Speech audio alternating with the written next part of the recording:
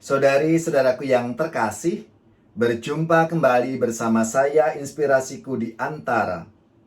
Renungan Harian Senin 7 Juni, Pekan Biasa yang ke-10. Saudari-saudaraku yang terkasih, apa kabar semuanya? Semoga kita selalu dalam keadaan baik, tetap sehat, dan bersemangat. Saudari-saudaraku yang terkasih, marilah kita mengawali renungan kita ini dengan tanda kemenangan Kristus. Dalam nama Bapa dan Putra dan Roh Kudus. Amin. Allah Bapa sumber kebahagiaan, kerajaan-Mu Kau janjikan kepada orang-orang yang miskin. Semoga kami senantiasa mengandalkan Engkau dalam segala sesuatu, sehingga pantas mewarisi kerajaan-Mu. Dengan pengantaraan Yesus Kristus, Putra-Mu Tuhan kami, yang bersama dengan Dikau dalam persatuan Roh Kudus, hidup dan berkuasa Allah sepanjang segala masa.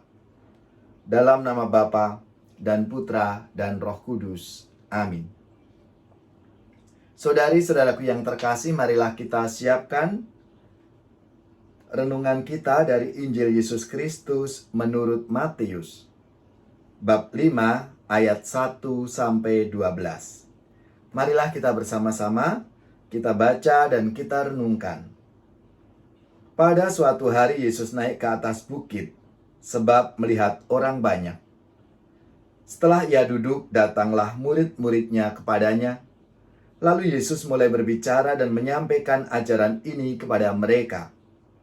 Berbahagialah orang yang miskin di hadapan Allah, karena merekalah yang empunya kerajaan surga.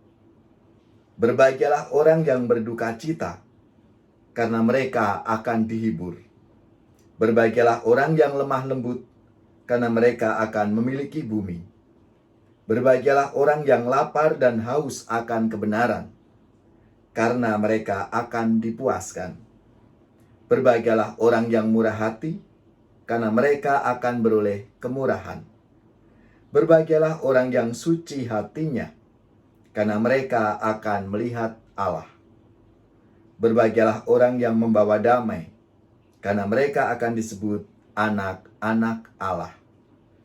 Berbahagialah orang yang dianiaya demi kebenaran, karena merekalah yang empunya kerajaan surga. Berbahagialah kalian, jika demi aku kalian dicela dan dianiaya, dan kepadamu difitnahkan segala yang jahat.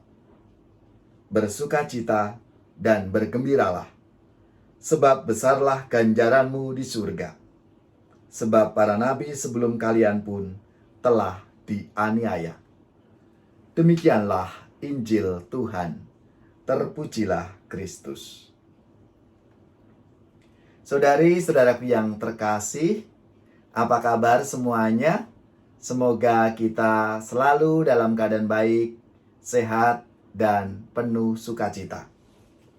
Saudari-saudaraku yang terkasih, apa yang ingin diwartakan dalam sabda Tuhan hari ini? Dalam bacaan Injil hari ini, penulis Injil Matius mengisahkan tentang khotbah di bukit. Yesus tampil sebagai Musa baru dengan memberi warna baru pada khotbah Musa di Gunung Sinai. Khotbah di Gunung Sinai bermuara pada 10 perintah Allah. Yang keenam isinya dimulai dengan kata jangan. Dan dalam khotbah di bukit ini Matius menunjukkan bagaimana Yesus memberikan pesan kepada para muridnya, yaitu tugas yang harus diwartakan kembali oleh para muridnya itu. Dari ajaran Yesus ini yang biasa kita kenal, sabda bahagia. Sabda bahagia memuat harapan akan kebaikan yang akan kita peroleh. Disampaikan dalam sabda bahagia ini adalah yang miskin di hadapan Allah akan memperoleh kerajaan Allah. Yang berduka cita akan dihibur. Yang lapar dan haus akan dipuaskan. Yang murah hati akan memperoleh kemurahan. Yang suci hatinya akan melihat Allah. Yang membawa damai akan disebut anak Allah. yang dianiaya oleh karena kebenaran akan memiliki kerajaan surga. Saudari-saudaraku yang terkasih, semua ajaran Yesus ini menunjukkan bahwa setiap orang yang tekun dan setia dalam melaksanakan perbuatan baik, yang hatinya terarah menuju kepada Allah dan cintanya diwartakan kepada sesama,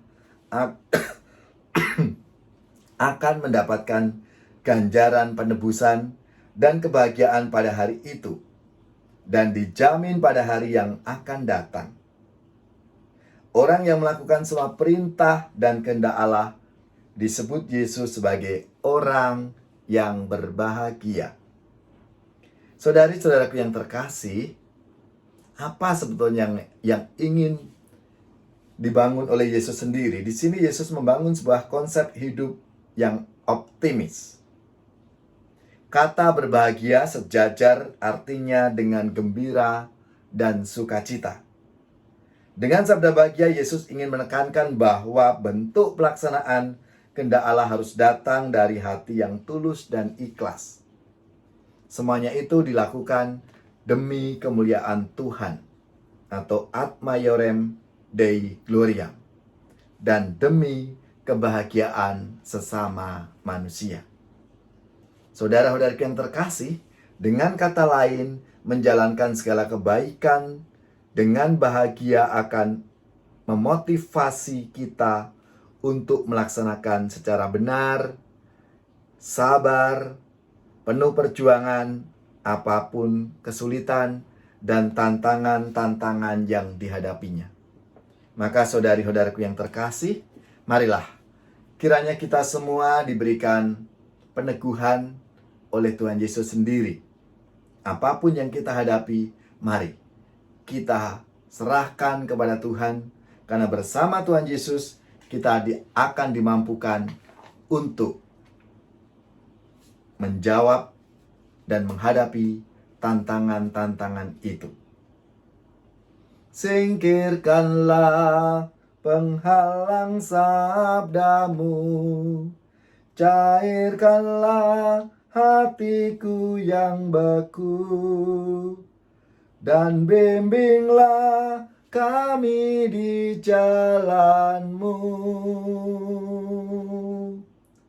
Saudari-saudaraku yang terkasih, marilah kita mengakhiri renungan kita dengan mohon berkat Tuhan.